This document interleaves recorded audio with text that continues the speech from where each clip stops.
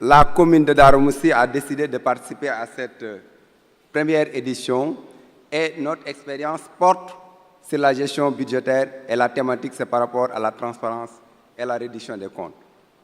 Et pour cela, il faut que vous compreniez où se trouve Darou Moussi au Sénégal, parce que peut-être il y a certains qui ont entendu pour la première fois le nom de Darou Moussi, même peut-être notre ami Tala Silla connaît très bien Darou Moussi.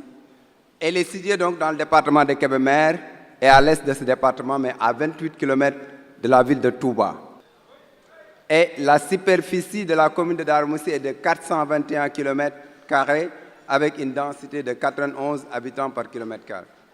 Elle est fondée en 1912 et est devenue communauté rurale en 1976. Mais avec l'acte 3 de la décentralisation et le passage de communauté rurale à commune, de toutes les communautés rurales, la communauté rurale de Darou Moussi est devenue commune depuis 2014. Et nous sommes dans la région de Louga naturellement et dans le département de Kébémer. Le dernier recensement nous donne 38 183 habitants, dont 12 930 jeunes âgés de 15 à 34 ans. Ça, c'est les jeunes qui sont âgés de 15 à 34 ans, mais les moins de 35% occupent 76% de la population. Vous vous rendez compte que c'est une population très jeune. Mais quand je regardais la répartition des ressources, j'ai vu que la population qu'on nous a donnée là-bas, c'est 42 668 habitants. C'est sur cette base que les ressources de cette année ont été réparties. Cette population est composée de 49% d'hommes, c'est-à-dire 18 803 hommes et 19 380 femmes. Donc le sexe ratio est un peu favorable aux femmes.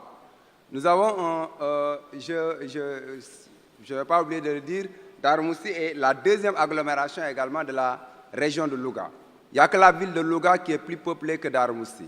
Nous sommes plus peuplés que notre capitale départementale qui est Kébémer, plus peuplés que Linguère, et même mon ami maire de Dara est là, mais nous sommes plus peuplés que sa commune. Mais cela ne va pas se refléter sur le plan économique et sur le plan financier, des ressources financières, malheureusement. Et donc, nous avons un conseil municipal composé de 56 conseillers, dont 25 femmes et 31 hommes, avec le respect de la parité, qui est dirigé par un maire avec 2 adjoints et 21 commissions permanentes. Voilà ce que je disais tout à l'heure. C'est la deuxième agglomération de la région, mais cela ne va pas se refléter économiquement et financièrement sur le terrain. Vous voyez que le budget global de 2017 était à 234 507 723, qui était réparti en fonctionnement à 113 268 667 et en investissement 121 239 056. C'est pourquoi j'avais voulu même présenter ma candidature dans la sincérité budgétaire. Parce que depuis que nous sommes arrivés, nous avions trouvé des budgets qui étaient estimés à 500 millions alors qu'on n'arrivait même pas à recouvrer 21 millions. Nous avons été beaucoup plus objectifs, entre guillemets, en mettant des budgets que nous atteignons. Et depuis que nous sommes là, nous tournons toujours autour de 85 à 90% d'atteinte du budget. Et vous voyez que le taux de recouvrement, le recouvrement était à 204 656. Non, vous voyez, le recouvrement total, c'était 204 656 877.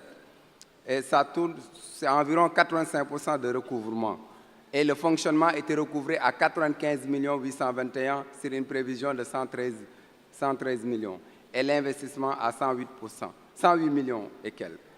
Le budget participatif, depuis que nous sommes élus secrétaire général du réseau des collectivités territoriales pour le budget participatif également, nous sommes en train de travailler pour que le budget participatif soit une réalité. C'est la raison pour laquelle tout le budget d'investissement est fait sur la base du budget participatif.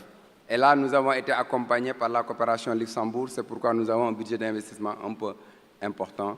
Et les sources de financement de la commune, c'est les fonds propres qui sont difficiles à recouvrer, les fonds de dotation de l'État, les fonds de concours, les ressources, le budget participatif, parce que parfois il y a le PNDL qui accompagne avec un financement pour un budget participatif, ou bien peut-être même un autre partenaire peut être intéressé, et des partenaires. Malheureusement, nous n'avons que la coopération Luxembourg qui nous accompagne par rapport à la coopération décentralisée.